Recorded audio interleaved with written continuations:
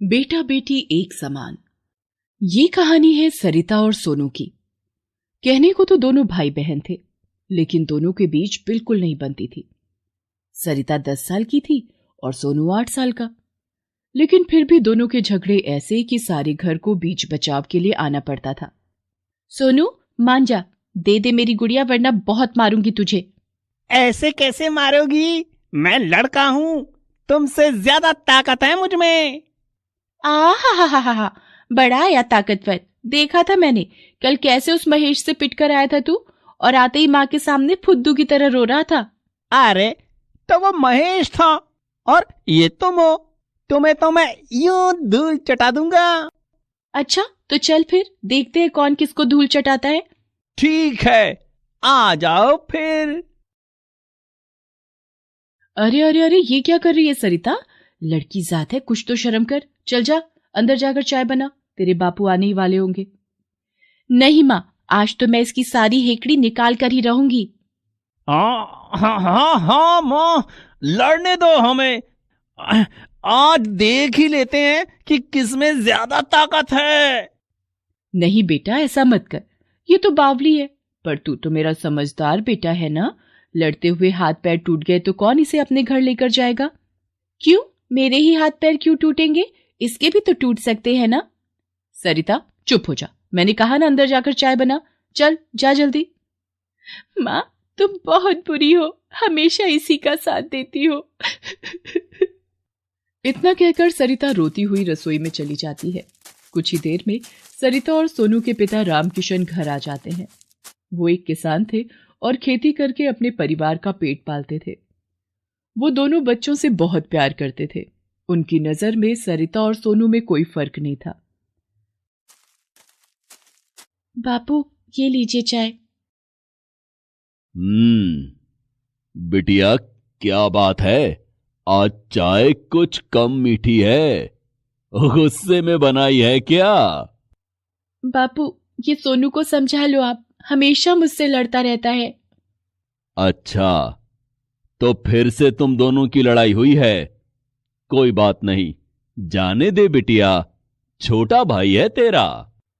नहीं बापू, वो छोटा है लेकिन फिर भी मुझसे ज्यादा अहमियत है उसकी। माँ और दादी भी उसे ही ज्यादा प्यार करती हैं। मुझे सब पता है, मैं लड़की हूं ना, इसीलिए कोई मुझे प्यार नहीं करता। अरे ना बिटिया, ये किसने कहा तुझसे? किसी ने नहीं, लेकिन मुझे पता है यही सच है। इतना कहकर सरिता रोती हुई वहां से चली जाती है। रामकिशन समझ गए थे कि इस बार बच्चों का झगड़ा बच्चों तक सीमित नहीं था। रामकिशन ने फौरन सोनू और सरिता को अपने पास बुलाया, साथ ही बच्चों की मां सरिता और उनकी दादी राजमती को भी। हाँ भाई, अब बताओ क्या परेशानी है तुम दोनों की? बापू मुझे तो कोई परेशानी नहीं है। और सरिता तुझे? सरिता बहुत कुछ कहना चाहती थी, लेकिन कुछ बोल नहीं पा रही थी। उसकी आंखों से बस आंसू बह रहे थे। रामकिशन ने फिर से सरिता से पूछा, सरिता बता बेटी, क्या परेशानी है? अरे कोई परेशानी ना है बिटुआ, ये लड़की तो बस ड्रामे करे है। घर के काम ना करने पड़े इसके लिए मेरे सोनू से लड़ती रहे हमेशा। अपनी दादी की बात सुनकर सरिता से रहा नहीं गया। वो गुस्से से बोली, मैं लड़ती हूँ दादी? अब इतना तो झूठ मत बोलो। माना ये सोनू तुम्हारा लाडला है, लेकिन मैं भी तो कुछ लगती हूँ तुम्हारी कि नहीं? जे देखो पिद्दी सी छोकरी कैसे जुबान लड़ावे है। रामकिशन समझा इसे, लड़की है तो लड़की जैसे बात किया करे। मां, लेकिन उसकी एक बार सुन तो लो। सरिता बिटिया, जो कहना है साफ साफ कहो। बापू, माँ और दादी हमेशा सोनू की ही तरफदारी करती है। वो सारे दिन कोई काम नहीं करता फिर भी।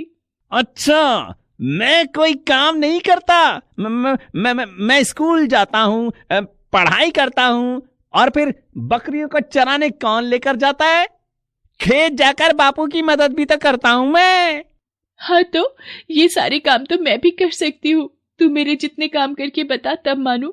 ए सरिता चुप हो जा, लड़का लड़की के काम अलग होते हैं। फालतू मत लड़ अपने भाई से। मालती, बोलने दो उसे। बापू, मैं भी स्कूल जाकर पढ़ना चाहती हूँ। चुप हो जा छोकरी, तू स्कूल जाके क्या करेगी? घर के कामन में मन लगा, वही तेरो काम है, समझी? नहीं मां, ये बिल्कुल भी ठीक बात नहीं है। बेटा हो या बेटी, पढ़ने का हक तो सबको है। सोनू की तरह अगर सरिता भी स्कूल जाने लगे तो उसमें बुराई ही क्या है? बुराई है जी, घर पर रहकर सिलाई कढ़ाई सीख ले, घर के काम सीख ले, वही बहुत है। स्कूल जाके पढ़ना और फिर नौकरी करके घर चलाना तो लड़कों के काम है ना। लेकिन ये किसने कहा कि लड़कियां ये सब नहीं कर सकती? कैसे कर सकती हैं बापू, लड़कियों में इतना दम ही नहीं है। तो आ, फिर दिखाऊं तुझे अपना दम। अरे रे रे रे, रुको रुको बच्चों, लड़ाई से ये मसला हल नहीं होगा। मेरे पास एक तरकीब है जिससे पता चल जाएगा कि आखिर किस में कितना दम है। क्या मतलब बापू?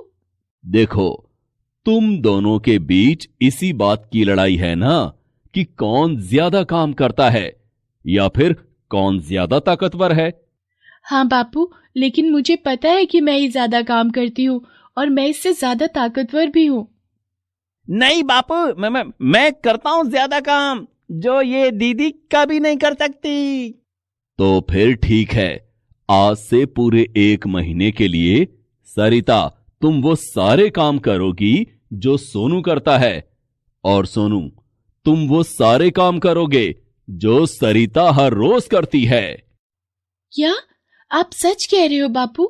मैं स्कूल जाऊंगी और ये सोनू घर के काम करेगा? नहीं बापू, ऐसा कुछ नहीं करूंगा। मैं घर के काम क्यों करूंगा? वो तो इसके काम है ना। क्यों डर गया? तो साफ साफ बोलना कि वो सारे तेरे बस के ही नहीं है। ऐसा किसने कहा? ठीक है, तो फिर लगी शर्त। वैसे भी तुम करती क्या हो? सारा दिन घर में पड़ी तो रहती हो बस। तो फिर ठीक है, आज से पूरे 1 महीने तक सोनू सरिता के सारे काम करेगा और सरिता सोनू के, और जिसने पहले हार मान ली वो ये शर्त हार जाएगा।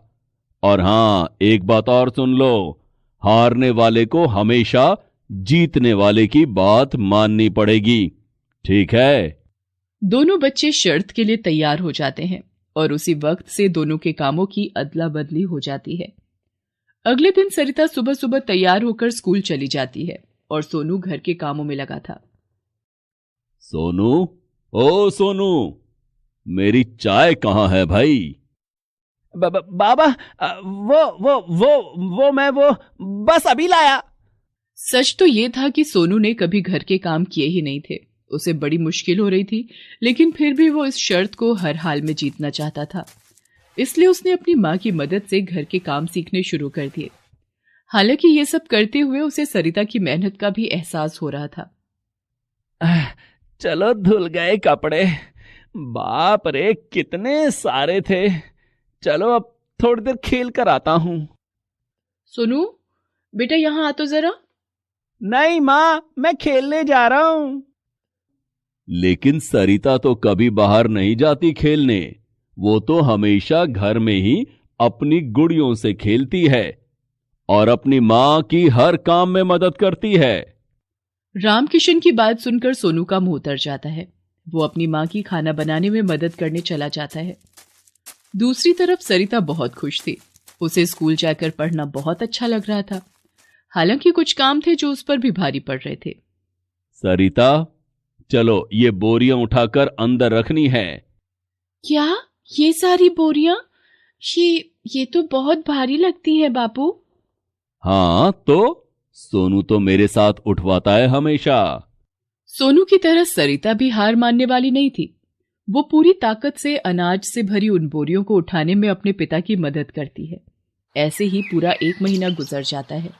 न सोनू हार मानता है और ना ही सरिता। शाबाश बच्चों, मुझे खुशी है कि तुम दोनों में से किसी ने हार नहीं मानी। लेकिन इस शर्त से तो कोई फैसला हुआ ही नहीं। अब क्या करें? क्या 1 महीना और बढ़ा दें इस शर्त का? नहीं बाबा नहीं, मेरा मतलब है कि मैं हार मानता हूं। बाबा, मुझे समझ आ गया है कि दीदी सच में बहुत काम करती है और ये घर के काम बिल्कुल भी आसान नहीं है। दीदी, मुझे माफ कर दो। अब से मैं कभी तुम्हें परेशान नहीं करूंगा और तुम्हारे खिलौनों को हाथ भी नहीं लगाऊंगा। नहीं सोनू, सच तो ये है कि तू ये शर्त जीता है। पढ़ाई इतनी भी आसान नहीं जितना मैं समझती थी, और उससे भी मुश्किल है खेत का काम, जो तू इतने अच्छे से कर लेता है। बहुत बढ़िया बच्चों, सही मायने में तुम दोनों जीते हो, कोई नहीं हारा। हैं? इसका क्या मतलब हुआ जी? दोनों कैसे जीत सकते हैं? क्योंकि दोनों ने एक दूसरे की अहमियत को समझ लिया है, इसलिए ये दोनों जीते हैं। मालती, सोनू, तुम्हारी दीदी पढ़ नहीं सकती ये सच नहीं है। वो तो मेरे पास पहले इतने पैसे नहीं थे कि मैं इसे स्कूल भेज सकूं, लेकिन अब मैंने फैसला कर लिया है कि सरिता भी अब से स्कूल जाएगी। मैं आज ही तुम्हारे स्कूल के मास्टर जी से मिलकर आ रहा हूं। उन्होंने मुझे बताया कि सिर्फ महीने की पढ़ाई में ही सरिता ने बहुत अच्छी परीक्षाएं दी हैं। लेकिन अगर ये स्कूल जाएगी तो घर के कामों में मेरी मदद कौन करेगा जी? ये दोनों मिलकर करेंगे तुम्हारी मदद। क्यों बच्चों, करोगे ना? दोनों बच्चों ने एक साथ सिर हिलाकर अपने पिता को हामी भरी और फिर एक दूसरे का हाथ पकड़कर एक साथ खेलने चले गए। रामकिशन ने भले ही बच्चों को सीख दी थी, लेकिन इस सब से मालती और राजवती भी बहुत कुछ सीख गए थे। उन्हें भी समझ आ गया था कि चाहे बेटा हो या बेटी, कोई भी एक दूसरे से कम या ज्यादा नहीं होता। Please subscribe this channel.